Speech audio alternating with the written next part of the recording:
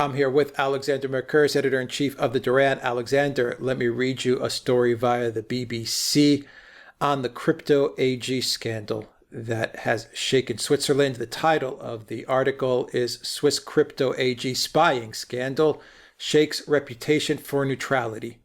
It's hard to exaggerate just how much the crypto AG scandal has shaken Switzerland.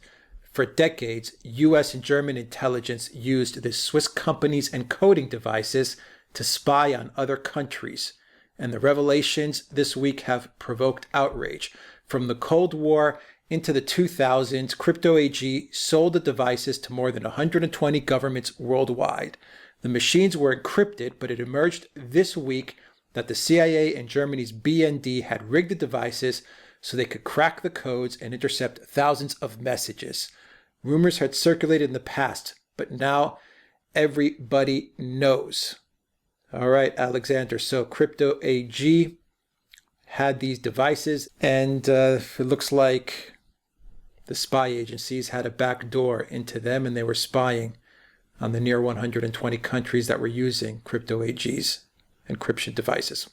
It's a fascinating story, and of course it opens the lid on Cold War and post-Cold War spycraft. It's a bit reminiscent, by the way, of what happened in the 1930s and 1940s, when the most widely used encryption device that was used by governments and militaries around the world was the German Enigma machine. And the British managed to break the codes for that. But they kept that secret, though they shared the information with the US. And in fact, what happened was that all sorts of governments around the world continued to use Enigma machines for, about a decade and a decade and a half, or even 2 decades after the Second World War, without knowing that the US and the British were able to listen to what they were, to read their messages. And it seems that this seems to have put the idea into the heads of some people in the CIA that they were going to try and continue this successful penetration of other countries. And because more and more countries went to Switzerland, which is a neutral country and which kept away from alliances, they went there for their encryption devices under the assumption that because Switzerland was neutral, its encryption devices would be secure. The CIA and the BND, which, by the way, is the successor to the German wartime intelligence agencies that previously used the Enigma machines. Anyway, so because the BND and the CIA were actually owned this company and had basically rigged these machines, they were able to continue for years listening in and reading what governments were saying. And one wonders what goes on now. Can I just say, apparently one government that was stung with all of this was the Iranian government. Apparently it has used these machines. So there's one country which has been an opponent of the United States, which has had its intelligence and its activities compromised, and badly compromised. Now we know that this has been happening. Presumably the CIA has moved on to other means of trying to crack codes and things of that kind. But of course, Switzerland is left in a major political crisis. I would add that the 2 countries that are the US's most serious adversaries, China and Russia, were not affected. They never bought or trusted these machines. They used their own encryption devices. I have been told that the US has never properly cracked them. So there we are. So, Alexander, this kind of hits at the heart of one of the most important aspects of Switzerland and Swiss society and Swiss politics is its neutrality. And I want to read you a short little sentence from the BBC article. Now that the Crypto AG scandal has emerged in all its tawdry detail, there's not a newspaper or broadcaster in the country that is not questioning Switzerland's neutrality. Quote, "It's shattered," unquote, is a common phrase. So it's shattered. Is that true? Yes, it is. The illusion of it is shattered, because the reality is that though Switzerland has always kept itself distinct from the alliance, from the various alliances that have shaped the post-Cold War era. Everybody who knows Switzerland at all well knows that it is fully part of the West. The Swiss banking system is absolutely part of the the Western financial system, and Switzerland's political system is extremely similar to those of other Western countries. And of course, Switzerland also has very, very close and deep relations with the EU. So there's never been any real sense in which Switzerland has actually been a truly neutral country. I forgot to add that it also buys military equipment, some military equipment from the West also. So, I mean, this has been something of an illusion, but it is an illusion that the Swiss themselves, the Swiss people, were extremely closely attached to. So to have this illusion stripped away and laid bare in this fashion must be very difficult for many people in Switzerland. And it's not surprising that it's created uproar and a major political storm there.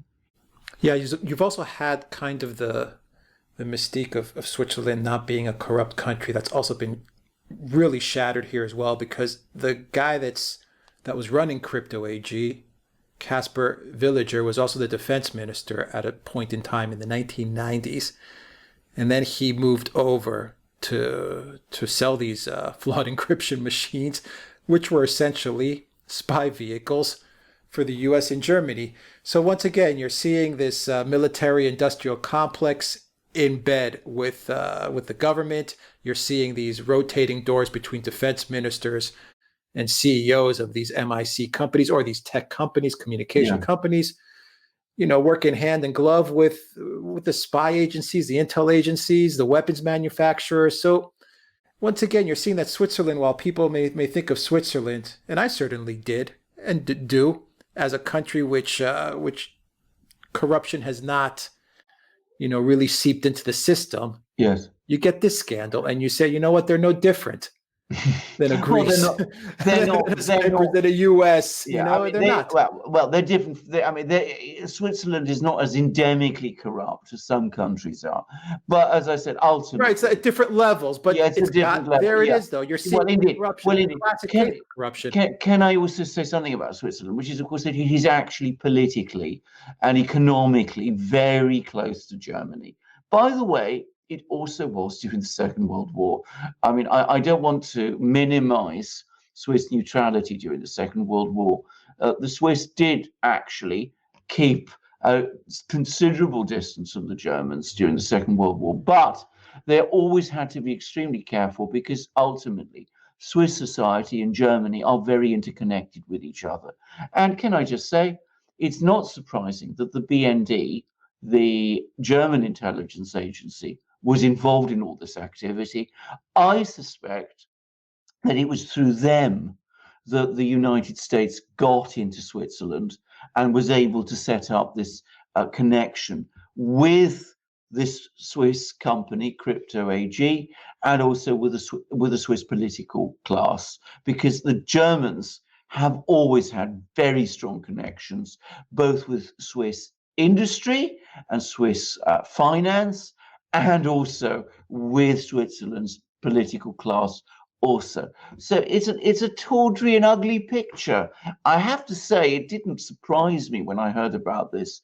It makes perfect sense. The Swiss, by the way, are involved in all kinds of things. I mean, their banks have played a very big role around the world in supporting all sorts of people who are friends of the United States. I remember that Ferdinand Marcos, who was the dictator of the Philippines, he had a Swiss bank account. Many people of that nature have Swiss bank accounts. The United States has known all about that, and has always green lighted this sort of thing. And so Switzerland has played a role like this at multiple levels. It has been a convenience for the United States to have Switzerland appear neutral, when in reality it is not. Yeah, let me just make a small correction. That Casper Villager never ran Crypto AG. I'm looking at it right now. He was never the managing director or CEO of it, but he was the defense minister in the 1990s, and he was helping to sell the machines while knowing that the CIA controlled Crypto AG and was selling flawed devices to 120 governments. And just very quickly, Alexander asked about Mr. Villager on Swiss TV. Rotating federal president Simonetta Samaruga said the speculation made no sense. Quote, "We will discuss it when we have the facts," she said. Well, we already have the facts. We know exactly what he was doing. And can I just say, if he was the defense minister and he was actively promoting the sale of these devices, knowing what they were, then that's even worse, frankly, than if he was the actual head of the company. So, I mean, it makes it all extremely bad. And Switzerland comes out of it looking very bad. But at least one good thing that's come out of this is that, of course, countries around the world are not going to trust the Swiss with their encryption devices in future, or take Swiss neutrality seriously.